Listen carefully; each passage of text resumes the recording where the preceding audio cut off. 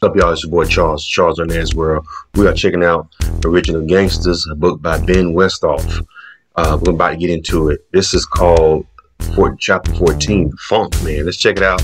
Then I'll come back with my reaction. The thumbs up, but appreciate you guys watching. The Funk.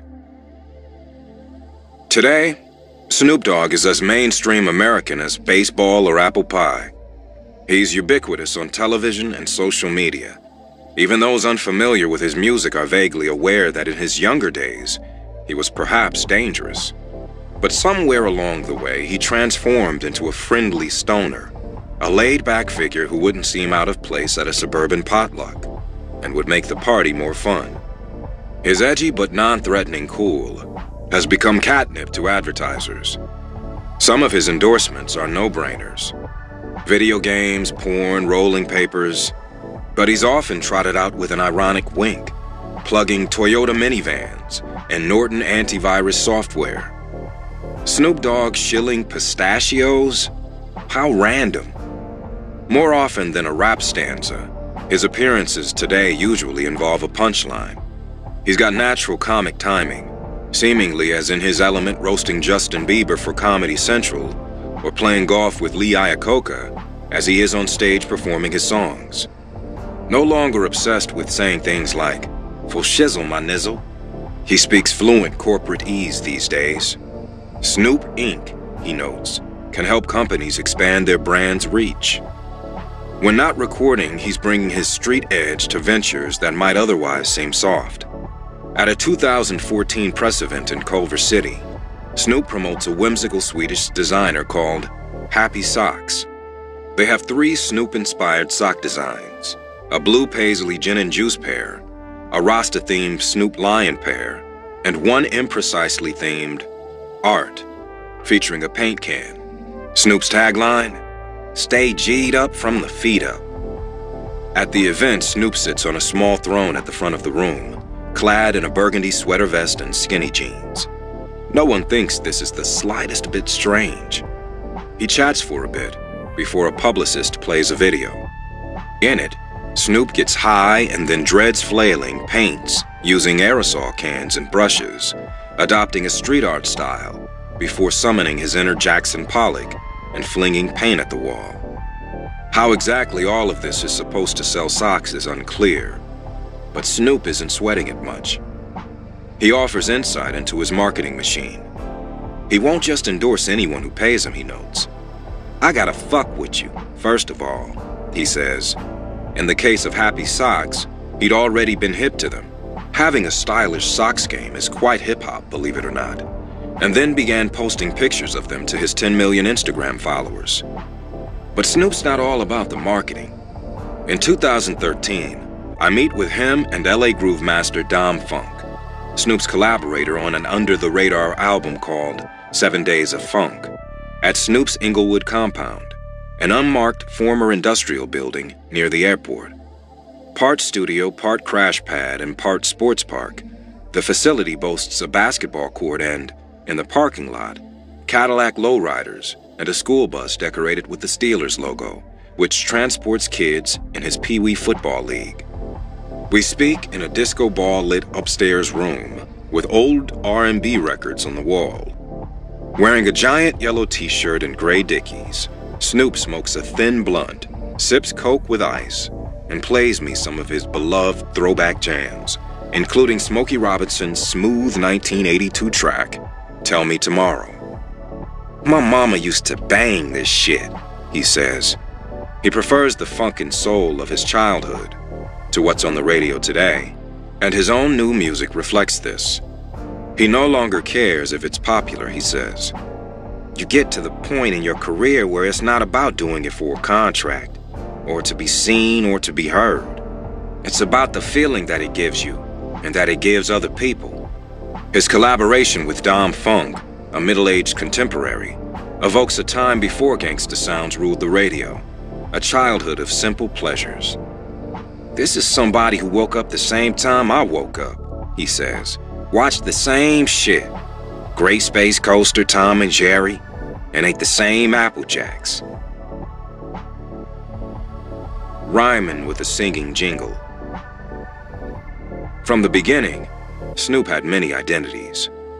Born Calvin Cortazar Broadus, after his stepfather, Calvin Broadus, he went by Cortazar, except that nobody could pronounce it.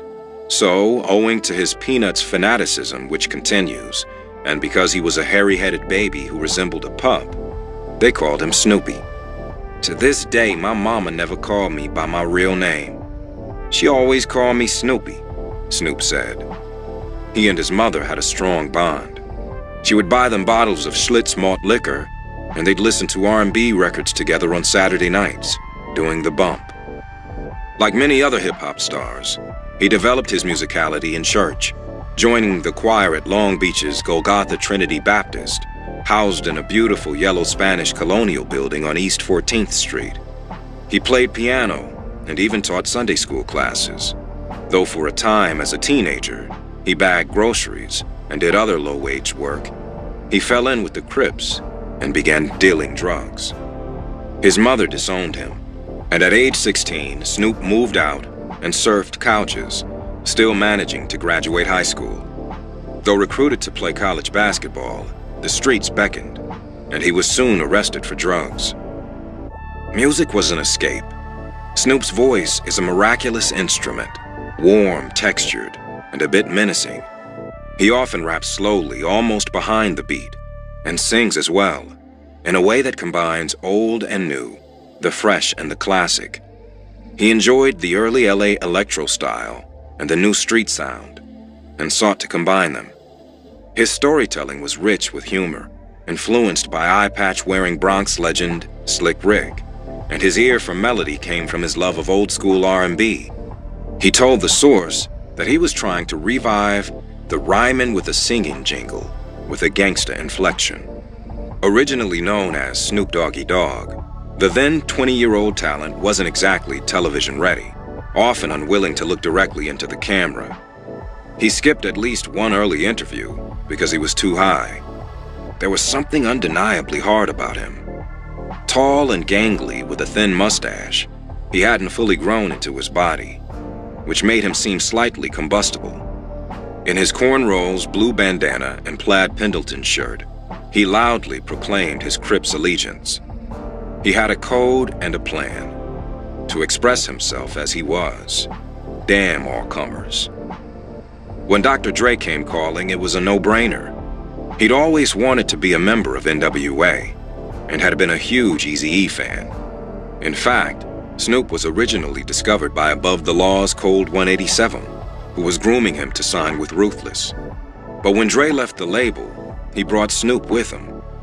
With Ice Cube gone and DOC's voice shattered, Snoop was someone he could rebuild his empire around. A young rapper with the rare combination of street smarts and professional dedication. He was just like raw talent, Dr. Dre said, an unpolished diamond. And so Dr. Dre bet the farm on him. If he was going to mount a comeback, it would be on the back of Snoop, 7 years his junior.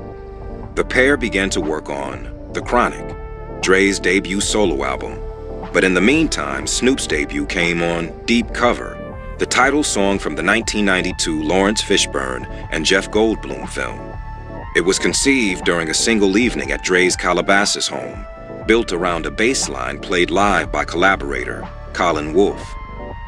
We did the song in a couple of hours, from nothing, out of air, no samples, none of that, Dre said. Snoop said Dre gave him the song's opening lyrics. Tonight's the night I get in some shit, deep cover on the incognito tip. And then he crafted the rest. Since he hadn't yet seen the movie, he drew from his own experiences. I got caught for selling to an undercover cop, he noted. Crooked cops gave me a grip of time. The track's plot diverges from that of the movie. Dre plays an undercover policeman hoping to infiltrate a drug ring. He offers syndicate member Snoop a deal if he'll snitch on his boss, to which Snoop's character responds by gunning him down.